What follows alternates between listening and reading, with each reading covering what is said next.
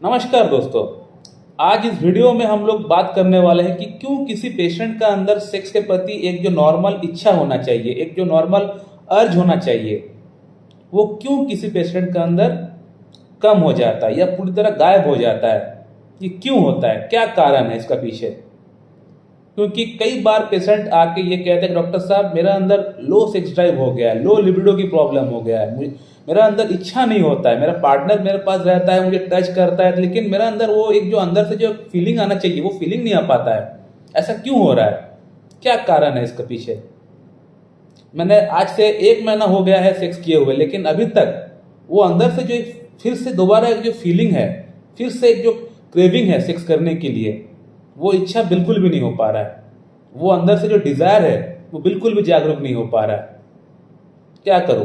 Morning erection थोड़ी बहुत आ जाता है, पॉर्न देखता हूं, अपना हाथ से पकड़ के हिलाने का प्रयास करता हूं तो थोड़ी बहुत इरेक्शन भी आ जाता है, सीमन भी हो सकता है बाहर निकल जाए, लेकिन अंदर से जो एक प्लेजर है वो भी नहीं मिल पाता है। तो ऐसा क्यों होता है, क्या कारण है? तो आज हम लोग इस पर्टिकुलर वीडियो में यही बात करने वाले हैं कि आखिरकार ये प्रॉब्लम क्यों किसी का अंदर डेवलप होता है और इस प्रॉब्लम के लिए कौन कौन सी होम्योपैथिक मेडिसिन का हम लोग इस्तेमाल में रख सकते हैं। सो माय डियर फ्रेंड, सबसे पहले बात करते हैं कि इच्छा की कमी क्यों हो जाता है। जब भी ये शब्द आता है ना, इच्छा यानी डिजायर, तो इच्छा कहां से जागरूक होता है? इच्छा जागरूक होता है हमारा दिमाग से, हमारा ब्रेन से। अगर हमको अभी भूख लगे, वो भूख लगा अंदर से, वो कौन बताएगा? ब्रेन बताएगा। प्यास लगे तो कौन बताएगा? ब्रेन बताएगा। मुझे कहीं जाना है तो ये कौन बताएगा? मेरा दिमाग बताएगा कि 9 बज गया है, आपको भी जाना है। सिमिलरली कोई भी अगर इच्छा की अगर बात की जाए, वो हर एक इच्छा जो हम लोग अपनी जीवन काल में भोगते हैं या करते हैं, वो सभी इच्छा का जो एक ओरिजिन पॉइंट है वो है हमारा ब्रेन, हमारा दिमाग। हमारा दिमाग सिग्नल देता है कि आपको ये काम अभी करना है। वो इच्छा जागरूक करता है हमारे दिमाग से होता है। हमें कुछ लेना है, हमें नया शर्ट लेना है, हमें कहीं जाना है, नया फोन लेना है, तो ये जो इच्छा है, ये इच्छा जागरूक होता है हमारा दिमाग से।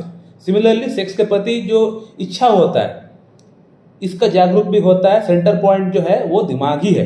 ब्रेन से 2 हार्मोन रिलीज होता है, बोथ मेल एंड फीमेल। ऐसा नहीं किसी मेल में होता है, फीमेल में भी ये 2 हार्मोन निकलता है। हार्मोन्स का नाम है LH एंड FSH। LH का फुल फॉर्म होता है ल्यूटिनाइजिंग हार्मोन, FSH का फुल फॉर्म होता है फॉलिकल स्टिमुलेटिंग हार्मोन। ये 2 हार्मोन निकालती है हमारी पिट्यूटरी ग्लैंड, लेकिन पिट्यूटरी ग्लैंड खुद से ये 2 हार्मोन बना नहीं पाती है। ये 2 हार्मोन बनाने के लिए पिट्यूटरी ग्लैंड को ब्रेन का एक हिस्सा है हाइपोथैलेमस, उसका हेल्प लेना पड़ता है। हाइपोथैलेमस एक हार्मोन बनाती है जिसका नाम है GnRH, गोनाडोट्रोपिन रिलीजिंग हार्मोन। इस हार्मोन का हेल्प से पिट्यूटरी ग्लैंड ये 2 हार्मोन बनाती है LH एंड FSH, जिसका बेसिकली काम होता है बोथ मेल एंड फीमेल के अंदर जो भी सेक्सुअल ऑर्गन्स है उसको एक्टिव करना। और ना कि सिर्फ एक्टिव करता है, बल्कि ये 2 हार्मोन उसको मेंटेन भी करने का काम करता है, उसको रेगुलेट भी करने का काम करता है। पुरुषों के अंदर जो स्पर्मेटोजेनेसिस होता है, जो सीमन जो बनता है, वो ऐसे ही नहीं बनता है। दिमाग को सिग्नल आपका आता है जनानक पे, तभी जाके ये स्पर्मेटोजेनेसिस होता है, सीमन बन पाता है। जब आप किसी ऑपोजिट सेक्स के पास बैठ के बात करते हैं, आपका अंदर जो एक एरोजल होता है, ये एरोजल ऐसे नहीं होता है, आपका दिमाग को सिग्नल आता है, तभी जाके एरोजल हो पाता है। तो लो सेक्स ड्राइव या लो लिबिडो के पीछे जो मेन कारण है वो है लो LH FSH। अगर आपका अंदर LH FSH हार्मोन सही से सीक्रेट नहीं हो पाएगा या इसका लेवल अगर कम हो जाएगा, तो आपका अंदर लो सेक्स ड्राइव जैसी कंडीशन उत्पन्न हो सकता है। हालांकि इसके अलावा और भी 1-2 रीजंस है, जैसे कि हाइपोथायरायडिज्म और अनकंट्रोल्ड डायबिटीज। अगर किसी के अंदर अनकंट्रोल्ड डायबिटीज या हाइपोथायरायडिज्म है तो उस पेशेंट का अंदर भी लो सेक्स ड्राइव हो जाता है। इसके अलावा स्ट्रेस एक बहुत बड़ा फैक्टर है आजकल की डेट में, एंजाइटी एक बहुत बड़ा फैक्टर है। एंजाइटी के कारण से भी होता है, लेकिन जो मेन रीजन है, जो पैथोलॉजिकल कंडीशन है, वो है LH FSH का लो हो जाना या ठीक से निर्माण ना हो पाना, ये मेन रीजन है। अब दोस्तों बात करते हैं कि होम्योपैथी में इस पर्टिकुलर प्रॉब्लम के लिए कौन कौन सी मेडिसिन का हम लोग इस्तेमाल कर सकते हैं। फर्स्ट ऑफ ऑल मैं बोलना चाहूंगा कि होम्योपैथी में कोई भी प्रॉब्लम के लिए कोई फिक्स मेडिसिन पहले से नहीं होता है।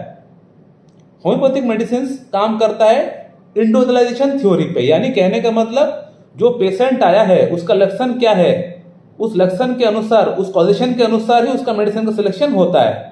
चाहे प्रॉब्लम सेम ही क्यों ना हो, लेकिन ए और बी दोनों पेशेंट अगर सेम प्रॉब्लम के लिए आपके पास आया हो तो दोनों को सेम मेडिसिन दिया जाएगा प्रॉब्लम के लिए, ऐसा कोई गारंटी नहीं है।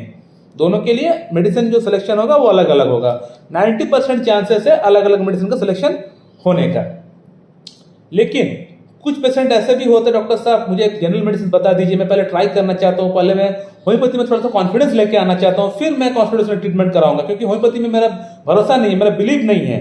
आपको जनरल मेडिसिन का नाम बताइए, पहले मैं पहले ट्राई करके देखना चाहता हूँ, उसके बाद मैं सोचूंगा कॉन्फिडेंस में ट्रीटमेंट मुझे कराना है या नहीं।